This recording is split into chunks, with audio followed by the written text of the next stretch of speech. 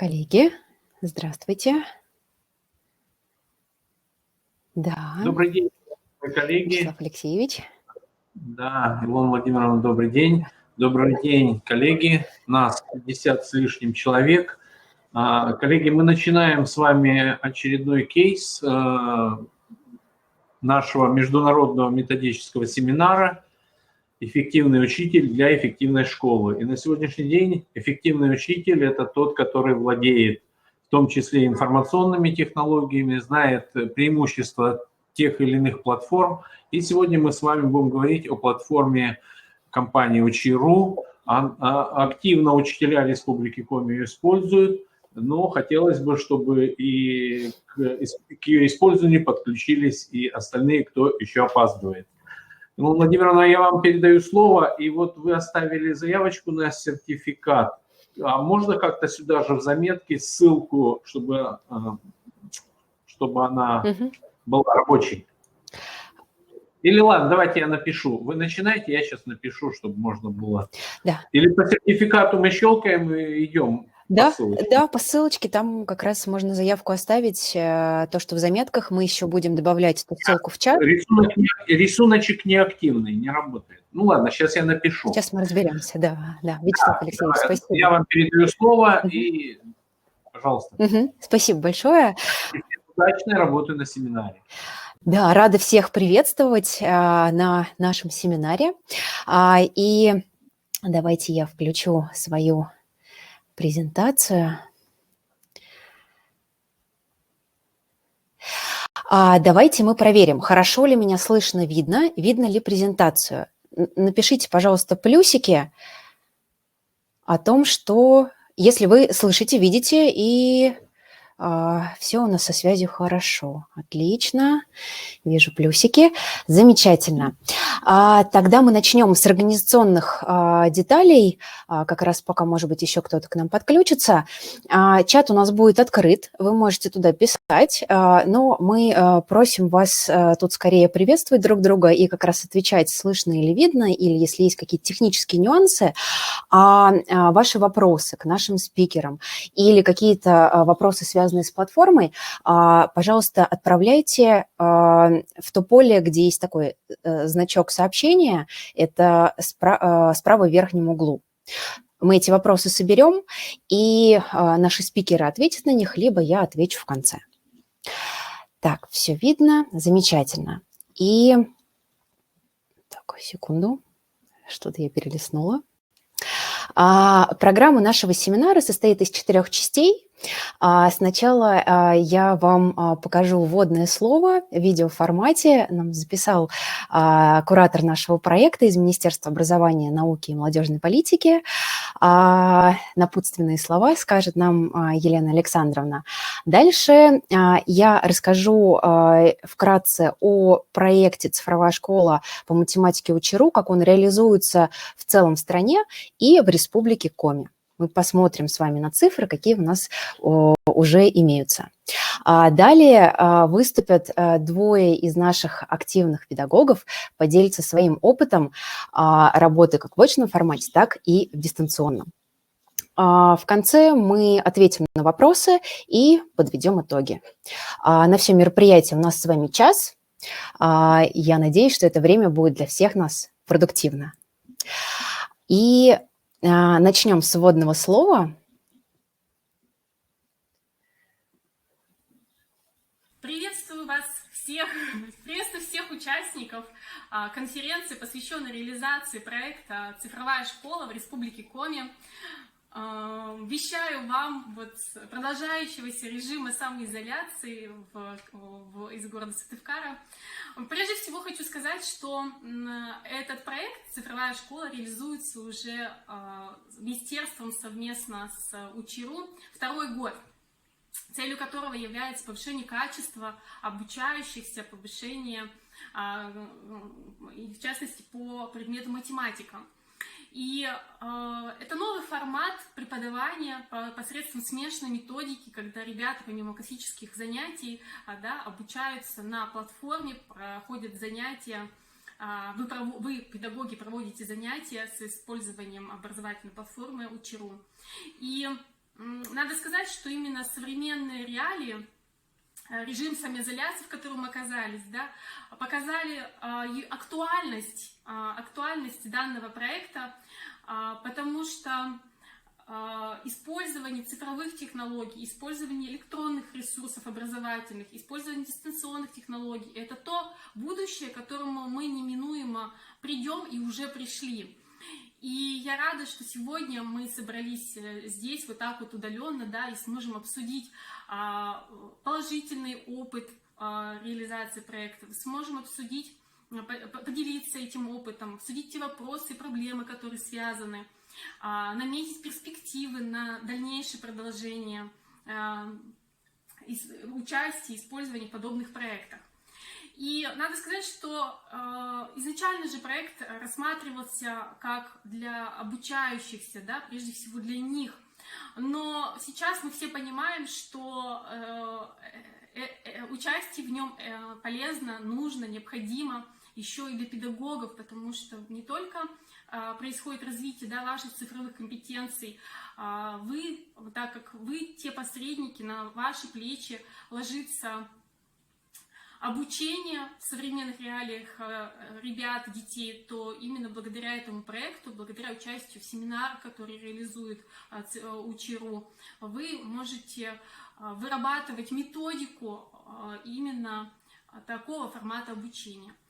И я надеюсь, что наша конференция, наш вот сегодняшний опыт пройдет плодотворно, и в дальнейшем мы сможем с вами двигаться дальше в намеченном пути и идти в ногу со временем. Поэтому я желаю вам всех успехов сегодня и вообще всех поскорейшего нашего возврата к прежней жизни и дальнейших наших профессиональных побед. Да, спасибо Елене Александровне за ее напутственные слова. Мы также добавим видео в рассылку после этого мероприятия. И я возвращаю свою презентацию. Хотела бы также сказать, что о сертификате Вячеслав Алексеевич уже спрашивал. Ссылочка, мы ее отправляли в чат и продублируем еще раз. Также вы ее видите в заметках.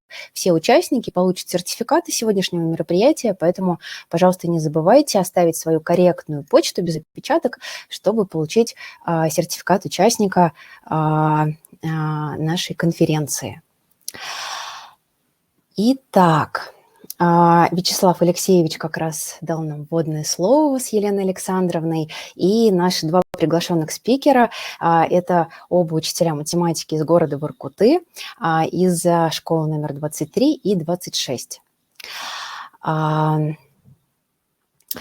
И о проекте. Как Елена Александровна отметила, действительно,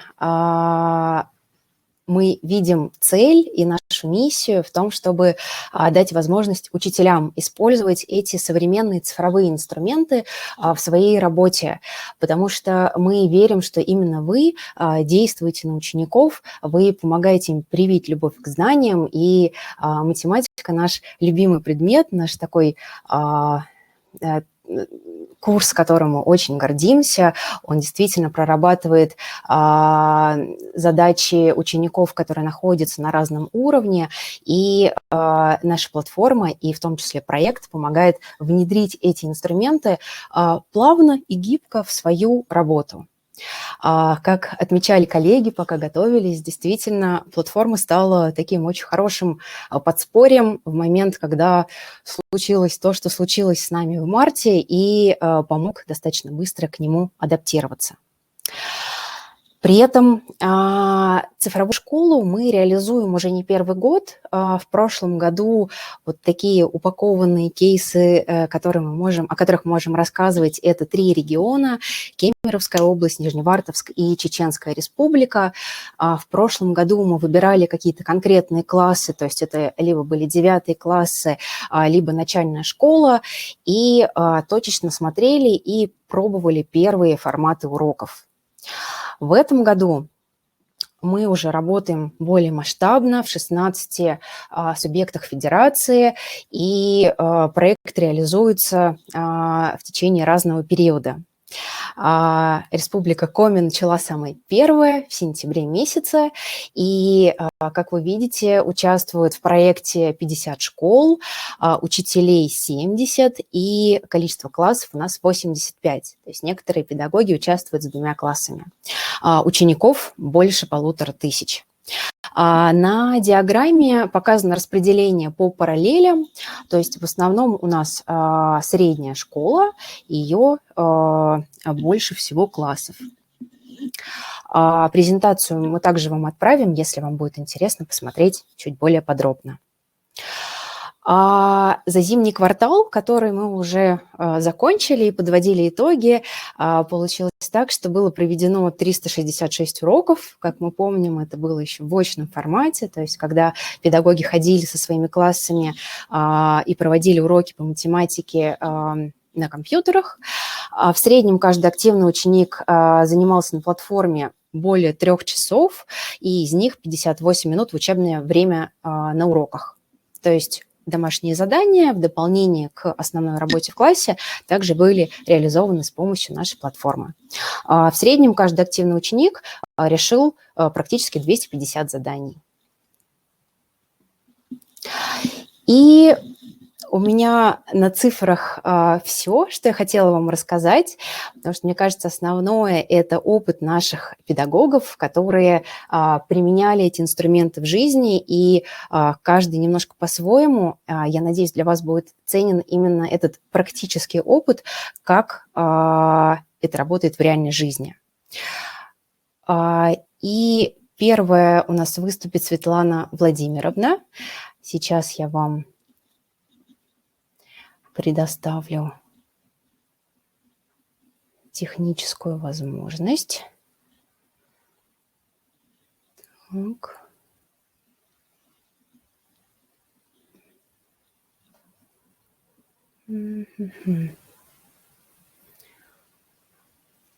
Сейчас, секунду.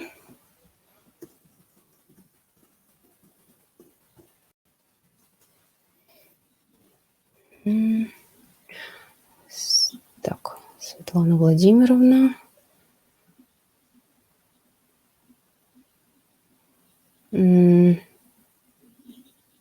Секунду. Отлично. Так, меня слышно? Мне слышно. Коллеги, напишите плюсики, если вы слышите Светлану Владимировну. Да, Светлана Владимировна, добрый Я могу день. начинать? Замечательно. Замечательно. Я даю вам слово. Добрый день, уважаемые коллеги. Я учитель математики, и где моя презентация?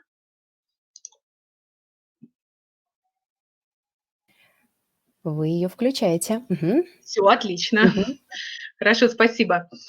Значит, я учитель математики и информатики средней общеобразовательной школы номер 23 города Воркуты. Работаю с платформой учи.ру с 2017 года. В проекте «Цифровая школа» в Республике Коми второй учебный год. Надо сказать, что в моем кабинете находится 10 компьютеров и 15 ноутбуков. То есть имеется возможность охватить весь класс одновременно. А потому технических проблем, конечно, у меня никогда не было. В этом учебном году я участвую в проекте с 5 классом.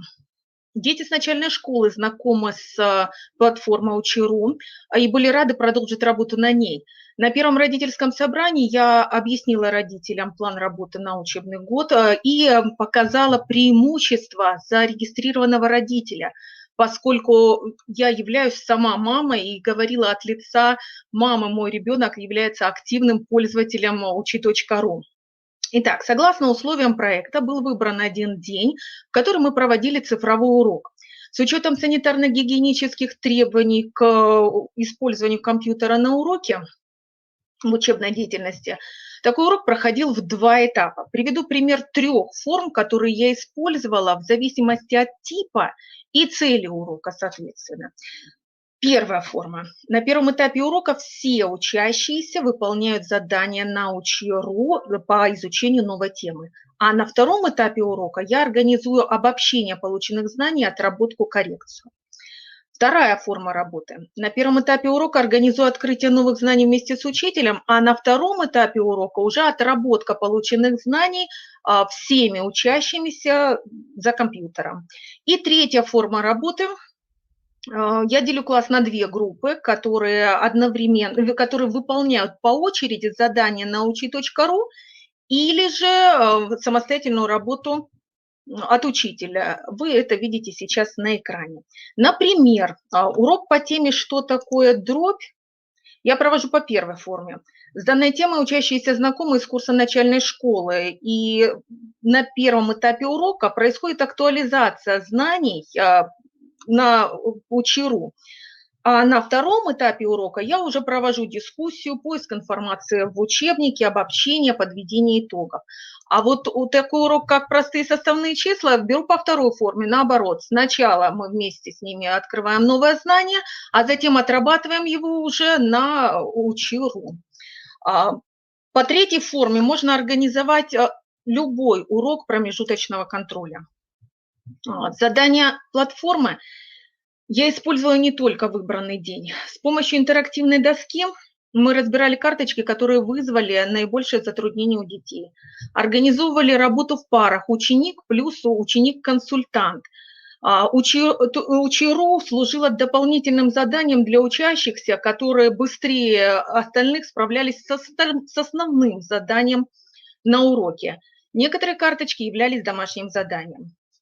Конечно, темпы и возможности работы на платформе у всех детей разные. Немного сравнять вырвавшихся вперед мне помогло большое количество заданий на повторение. Но тем не менее, думаю, все коллеги столкнулись с тем, что к некоторому моменту появилась большая разница в прохождении детьми карточек Учи.ру.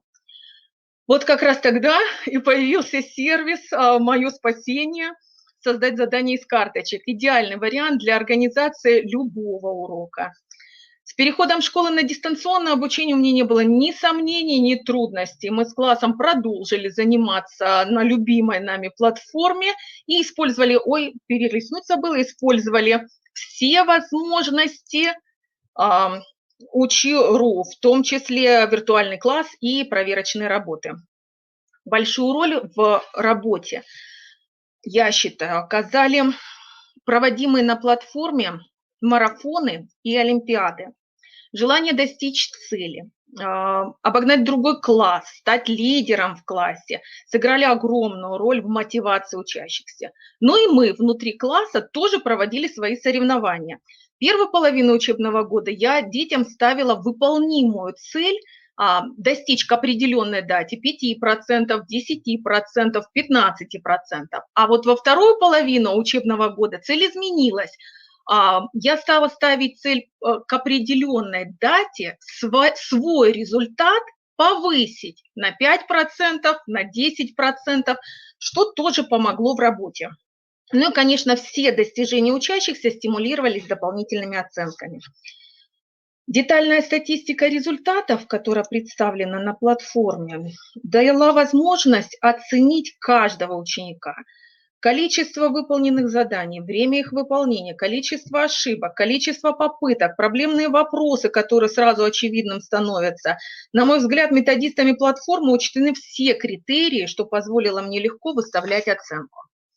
Говорить о предметных результатах этого года, наверное, будет не очень объективно. Расскажу о своей дочери. 2 года назад, находясь на больничном, только с помощью Учи.ру, мама же всегда занята, она самостоятельно освоила тему сложения и вычитания целых чисел. Этот маленький результат стал для меня решающим в пользу Учи.ру. Анализируя результаты работы, хочется выделить в первую очередь повышение мотивации учащихся к учебной деятельности. Результаты анкетирования, проведенного психологом нашей школы в начале учебного года и в конце дистанционно, свидетельствуют о том, что увеличилось количество учащихся, проявляющих интерес к математике. Результатом работы можно считать и успешное прохождение основной программы к концу учебного года. Мы поставили очередную цель, у нас есть еще до 30 мая дни, которые мы хотим добить до 100%. Правда, уже с маленькой оговорочкой, до 99% очень трудно детям дается лаборатория. И хочу однозначно сказать, что работа с платформой обеспечивает высокую мотивацию, прочность знаний, развивает логическое мышление, фантазию, творчество. У учеников вырабатывается командный дух, индивидуальность, возможность самовыражения. И завершая свою речь, я бы хотела сказать слова благодарности методической и технической поддержки платформы. Всем людям, всем, которые организовали и ведут работу на Учи.ру, на проекте, сказать спасибо, что в любой момент вы были с нами, оперативно решали все наши вопросы, оказали большую помощь при переходе на дистанционное обучение. Надеюсь на дальнейшее сотрудничество. Спасибо за внимание. О, Светлана Владимировна, спасибо вам большое и за теплые слова от всей команды взаимно, потому что все мы вместе делаем это, очень большое дело. Вот.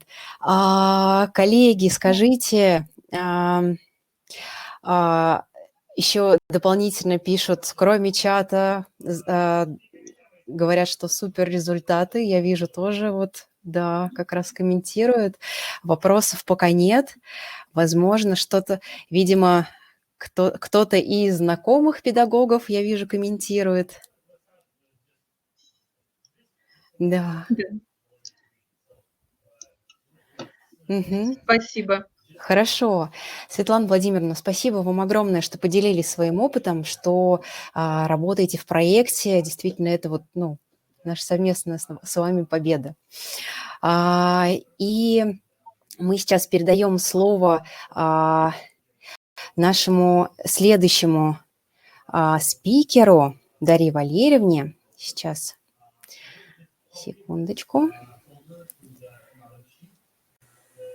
Угу. Так, Дарья Валерьевна, скажите что-то. Здравствуйте. Угу. Здравствуйте, уважаемые коллеги. Меня слышно?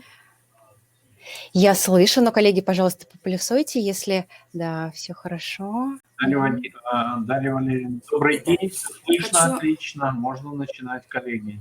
Меня зовут Пуцейко Дарья Валерьевна, и я учитель математики и информатики в средней общеобразовательной школе номер 26 города Воркуты. Участвую в проекте я первый год.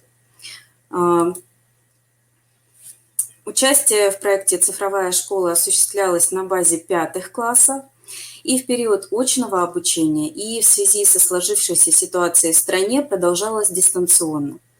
С сентября один раз в неделю мы с 5 классами проводили урок по математике в компьютерном классе. К сожалению, в моем классе нет компьютеров, поэтому нам приходилось ходить в компьютерный класс. И столкнулись с такой проблемой. У нас в классе 30 учеников, а компьютеров всего 13. Искали выход из сложившейся ситуации, нашли 2 выхода. Занимались в 2 классах сразу, в 2 кабинетах одновременно, но это не очень удобно, потому что приходится ходить сразу в 2 класса. И второй выход. Дети, у которых была возможность техническая, они заходили на платформу через свои сотовые мобильные телефоны. Итак, в период очного обучения мы пользовались платформой Учи.ру на таких этапах урока, как первичное закрепление изученного на уроке материала, актуализация знаний с целью подготовки к изучению новой темы и с целью подготовки к контрольному уроку. Также использовали на самостоятельной работе. Как мы использовали при первичном закреплении? Я полурока объясняла тему. Мы закрепляли тему урока при решении заданий из учебника. Дальше, естественно, мы проводили технику безопасности, повторяли правила работы за компьютером, что очень важно. Потом учащиеся самостоятельно выполняли задания на платформе Учи.ру. В данном случае моя задача была направлять и контролировать процесс выполнения заданий. То есть я ходила к каждому ученику и контролировала, как же у них получается выполнять данные задания. Дальше. Хочется сказать про возможности платформы Учи.ру именно в очном этапе, да, проведения. Итак, возможности. Во-первых, я нажимала кнопку «Начать урок», что давало возможность детям неограниченно решать карточки целый час. Дальше, задания. Я очень считаю важным, что они построены от простых к сложным, то есть самый даже, как вам сказать, троечник, да, состоит в ситуации успеха, то есть он тоже может выполнить это задание, и ему очень интересно, то есть его это мотивирует. Что очень важно, выдается статистика по уроку, то есть количество времени, которое затратил ученик, количество заданий, которые он выполнил, и допущенные ошибки. По статистике можно поставить, естественно, оценку за работу на уроке. То есть каждый ученик получает оценку именно за работу на уроке, что очень важно.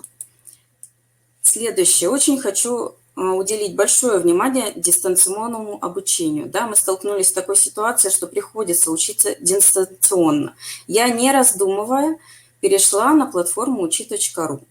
Причем мы перешли со всеми классами, не только с 5-ми. Функционал очень расширился, возможности расширились, это очень радует. Мы стали использовать постепенно все возможности. Но очень важно учитывать количество проведенного времени за компьютером. То есть ребенок не может весь день сидеть за компьютером, да? То есть нужно выбирать. Либо в один день он провел урок в виртуальном классе, во второй день мы нажали кнопку «Начать урок», он решает карточки. На третий день он, допустим, решает карточки самостоятельно, задания от учителя и так далее. Итак, поговорим поподробнее. Итак, классная работа. Вот я использовала функционал урок в виртуальном классе.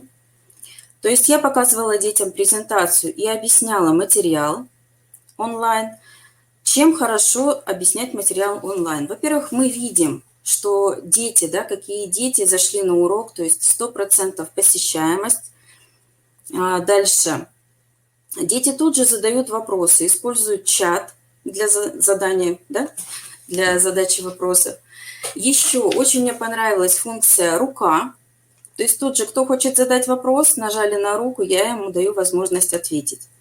Какие тут были у нас трудности? Когда мы использовали маркер, платформа, к сожалению, зависала. Поэтому мы маркер перестали использовать, и у нас все работало отлично.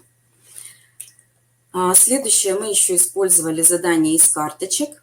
Проверочную работу я создавала и рекомендовала детям просмотр онлайн-уроков от учи.ру. Дальше, самостоятельная работа. Также я использовала функцию «Начать урок», задания из карточек и проверочная работа. Детям постоянно делала инструкции. Вот вернусь на слайд назад. Вот инструктаж я сама разработала, детям отправила, чтобы не было трудностей зайти, да, как зайти на урок. Потому что постоянно у нас возникают дополнительные вопросы у детей. Задания от учителя тоже все показано детям. У них уже не возникало никаких вопросов, все легко. Следующее, домашние задания. Точно так же задания из карточек брала и проверочные работы использовала. Что хорошо, сразу ведется статистика, сразу можно поставить оценки. То есть время на проверку заданий мы не тратим. Следующее, возможности платформы учи.ру во время дистанционного обучения. То есть в виртуальном классе можно взаимодействовать с каждым учеником. Это очень хорошо, точно так же, как на уроке. Дальше, контролировать посещаемость каждого учащегося ваших уроков, осуществлять индивидуальный подход при выборе заданий, учитывая возможности каждого ребенка. То есть мы можем задания задавать разные детям. То есть одной группе детей одни задания, другой группе детей другие, полегче, допустим, или посложнее, наоборот. Следующее, отслеживать статистику по каждому ученику. Использовать возможности платформы как при изучении нового материала, так и при закреплении ранее изученного. И что немаловажно, можно повышать квалификацию с помощью вебинаров. Дальше. Достижения и отзывы. У нас, у обучающихся, повысилась мотивация до 100% к изучению предмета математика.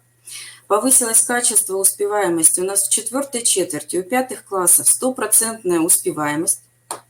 Значительно сократилось время на проверку выполненных работ. То есть статистика, еще раз проговорю, сразу зафиксирована на портале Учи.ру. От родителей учащихся вам огромные слова благодарности за эту платформу, потому что дистанционно она выручила, это 100%.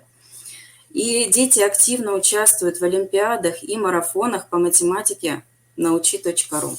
От себя тоже огромные слова благодарности. Вы молодцы. Вся команда, которая работает с данной платформой, вы просто выручили в период дистанционного обучения. Потому что мы работаем со всеми классами на вашей платформе, не только с 5-ми. И это успешно. Спасибо огромное, у меня все. Да, это замечательно. Спасибо большое, Дарья Валерьевна. Так, сейчас проверим вопросы. Ага. Что-то, мне кажется, участники скромничают. Вот, Дарья Валерьевна, поделитесь. Светлана Владимировна нам рассказывала, что делали опрос. Вот, приветствуют вас коллеги из Воркуты, что проводили опрос психолог, да, по поводу вовлеченности и мотивации ребят к определенным предметам. А у вас такая практика есть? К сожалению, мы не успели провести такую практику. Мы хотели в конце поработать, да, с платформой учи.ру. И март, апрель-май, вот так мы хотели провести опрос. Но, к сожалению, не успели. Обязательно проведем, я думаю, в сентябре и, может быть, в мае заочно проведем. Да, столько планов, да, было. Да, было столько планов. Это весь мир согласен, коллеги. Так, сейчас я смотрю, пока, да, тоже пишут слова благодарности, можно и здесь, да, написать. Вот. Коллеги, поделитесь, может быть, немножко в чате своим опытом, или что бы хотелось узнать, вот как с какой-то сложностью справились, потому что Дарья Валерьевна так хорошо рассказала, вот когда с компьютерами, да, у нас не хватает техники, ну, это реальность. Могу еще поделиться опытом насчет паролей. То есть у нас многие же учителя работают на Учи.ру, и не только по математике, а по английскому языку, по русскому языку. Да. То есть какие предметы есть, все участвуют. Что я делала до дистанционного обучения? Это я ходила по коллегам и регистрировала их к себе в кабинет, чтобы у детей был один пароль. Потому что очень сложно, когда у ребенка много паролей, он их забывает, он их теряет, и ему неудобно. И вот этим я занималась в очной форме. Это есть такое дело. Я помню, в марте как раз звонили многие преподаватели, Да, мы звонили, завучи из разных регионов и говорили, что так, все, мы переходим, надо как-то вот сделать так, чтобы все работало хорошо, чтобы у ребенка был один пароль, логин, он заходил, а все преподаватели могли работать спокойно.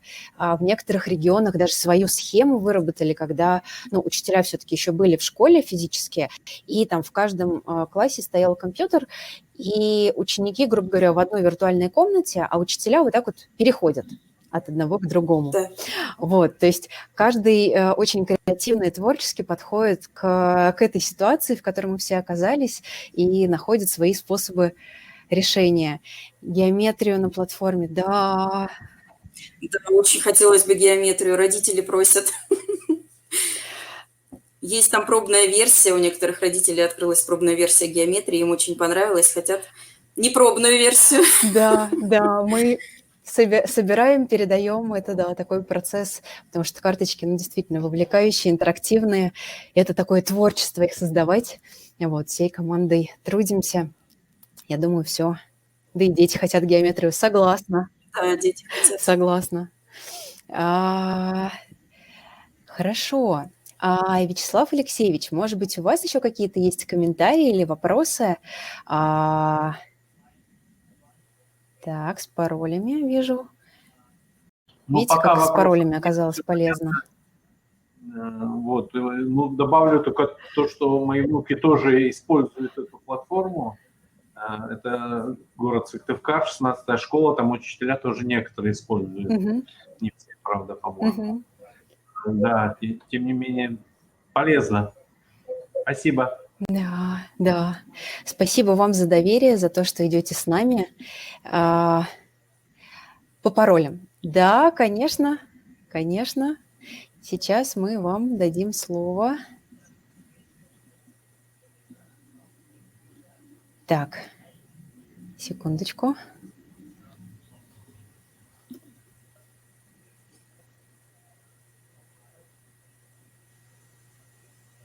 Угу. Включила. Да, уважаемые коллеги, у нас тоже была в прошлом году такая ситуация, поэтому в этом году мы сделали по-другому. В сентябре месяце я стала администратором школы по УЧИРу. Все классы были зарегистрированы, все учителя были зарегистрированы через меня, через детей зарегистрировали, и в любой момент я могу зайти на любого учителя, на страницу любого учителя, и выполнить, все, что там какие-то проблемы возникают у учителей и с паролями, и с работой, и так далее. То есть функция администратора очень помогла именно в этом моменте. Администратор на УЧИРу. Да, да. Причем во время как раз перехода на ДО это было актуально, потому что пытались разные схемы придумать учителя, то есть или один аккаунт, в который в виртуальном классе все будут пользоваться, или несколько завести, да, и вот каждый раз там то одному перекинуть детей, то другому перекинуть детей, и мы многих, это может сделать только администратор, и то с нашей помощью. И мы как раз... Конечно, совсем неудобно, и детям, я представляю, куча паролей от каждого учителя, не должно быть однозначно, они сами путались, у нас это было сильно прошлый год, да, на какой платформе им какой урок делать, на каком входе аккаунте. Да, а самое главное, учитель может нажать «Начать урок», ребенок зашел с другого аккаунта, и у него карточки платные. И учитель такой: что происходит? Я нажал кнопку «Начать урок». Мы проверяем, нажата кнопка, а у ученика деньги, то есть там скринчик. А потом выясняется, что он зашел под другим аккаунтом, под вторым или третьим. Все запутались, а система считывает однозначно. Поэтому это важно действительно настроить правильно один раз. Да, один раз это не заняло очень много времени. И надо сказать, опять же, огромное спасибо вашей технической поддержке. Сразу все аккаунты объединяли, как только просим, всех объединяют, проблема быстро решается. Главное, чтобы вы знали, что такая возможность есть. Это я обращаюсь к учителям. Да, спасибо за совет. Для педагогов я просто вижу среди участников некоторые знакомые фамилии. Это те, кто у нас тоже участвует в проекте, но есть и другие учителя. Вот. У нас есть закрытая группа в WhatsApp, где мы оперативно решаем как раз такие вопросы. Педагоги пишут, и вот во времена, когда там не все работало стабильно, нужны были какие-то отдельные рецепты, мы там как раз старались эту коммуникацию поддерживать.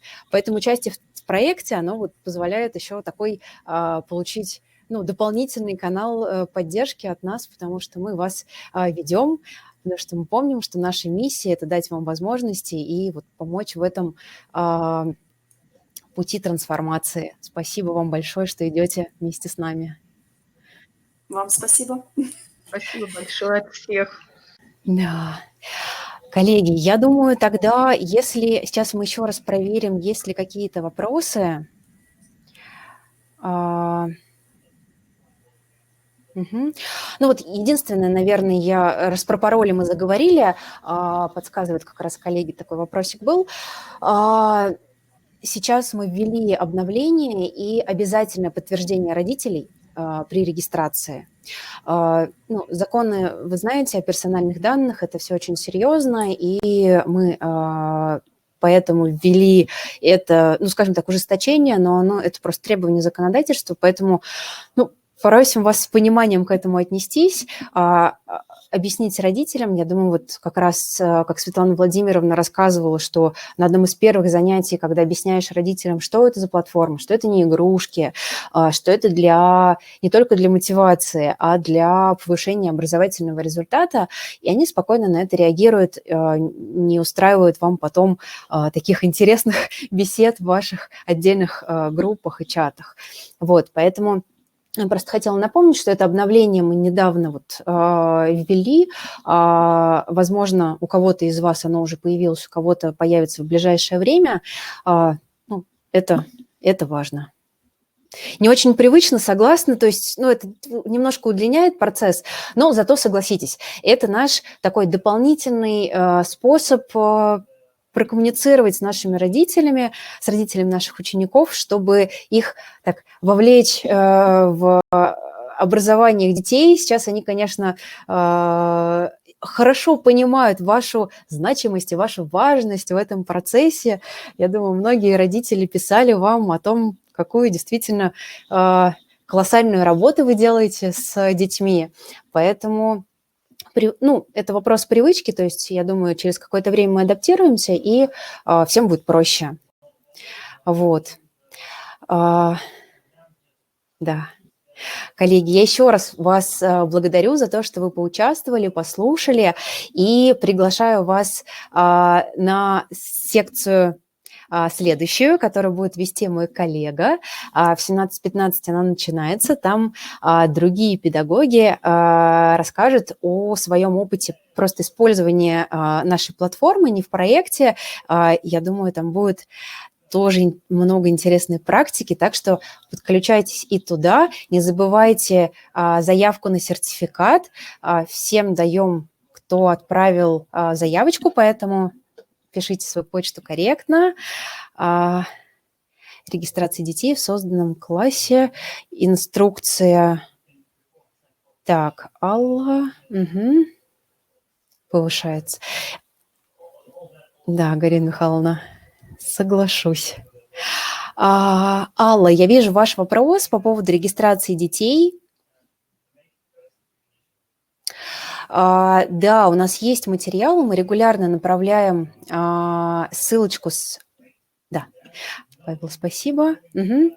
Я думаю, нам будет проще включить в рассылку. У нас есть просто отдельный ресурс, на котором мы собираем все полезные материалы о том, как пользоваться или регистрироваться, и там эта инструкция будет. То есть в рассылочку добавим. Угу.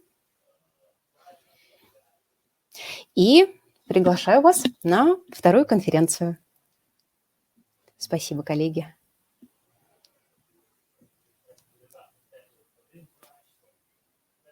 Спасибо, Илона Владимировна. Спасибо коллегам-учителям за интересные содержательные выступления. Коллеги, переходим по другой ссылочке и в другую вебинарную комнату через 15 минут. Спасибо всем. Всем спасибо.